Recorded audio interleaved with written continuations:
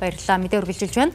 Олон улсын санхүүгийн зах зээл тогтворгүй энэ цаг үед Монголын засгийн газар 500 сая долларын бонд амжилттай арилжаалж 51.7 тэрбум төгрөгийн хүүгийн зардал хэмнэлээ.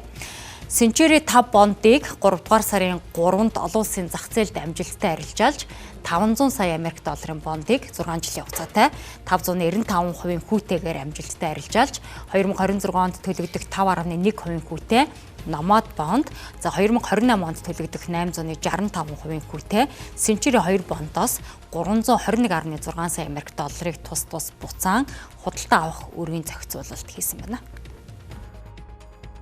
Захиалга бол 3.2 дахин нэмэгдэж ирсэн. За тэгээ энэ ч бас нэг зүйлийг дурдхан зүйтэй байх.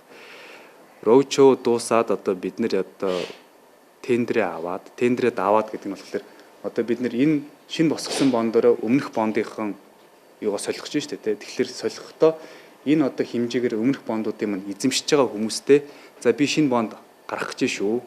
Эзэмшиж байгаа бондороо солих уу гэдэг одоо тэр зөвшөөрлийг ерөнхийдөө тендерээр авч байгаа байхгүй. Өнгөрсөн 7 хоногт Америкийн цус болон Израиль улс хамтран Иран улс руу хийсэн дайралтай холбоотойгоор олон улсын санхүүгийн зах зээлд огцом цавлгаа үүсэж байна. За энэ цаг үед Монгол улс амжилттай бондоо харилцуулсан юм. Энэ бондыг 6.3% өгөөжтэй гаргахаар анх төлөвлөсөн ч эрэлт өндөр байсан тул 595% буюу нэрлсэн үндээр тогтоож гаргасан байна. Энэ нь хөрөнгө оруулагчид Монгол улсын макро эдийн засгийн төлөв болон өрийн удирдлагын бодлого оновчтой хэрэгжиж байгаад өндөр итгэлтэй байгаагийн тод илрэл гэж санхүүгийн салбарынхан үзсэн юм а. За дахин санхүүжилтийн арга хэмжээ маань ерөнхийдөө бол шинэ босгож байгаа бондуудаараа одоо өмнөх бондуудын үлдэгдлийг төлнө гэж одоо ингэж ойлгож байгаа.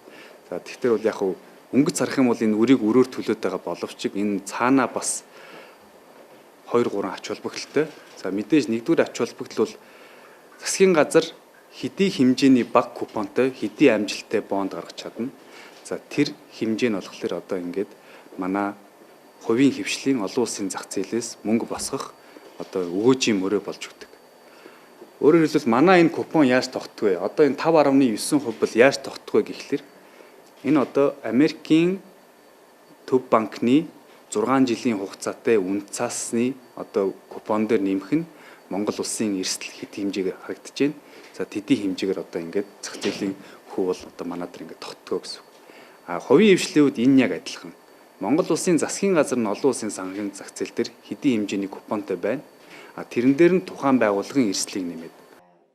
Засгийн газар өрийн зохицуулалтын арга хэмжээний хүрээнд 2028 онд төлөгдөх өндөр хүүтэй гадаад бондын дүнг бууруулснаар 14.5 сая Америк доллар буюу 51.7 тэрбум төгрөгийн хүүгийн зардлыг хэмнэж төсөв төлбөрийн тэнцэлд ирэх, гадаад төлбөрийн дарамтыг бууруулж, гадаад валютын ханшийг доктортой барих, санхүү эдийн засгийн доктортой байдлыг хангахад чухал нөлөө үзүүлэхүйц үйлдэл боллоо.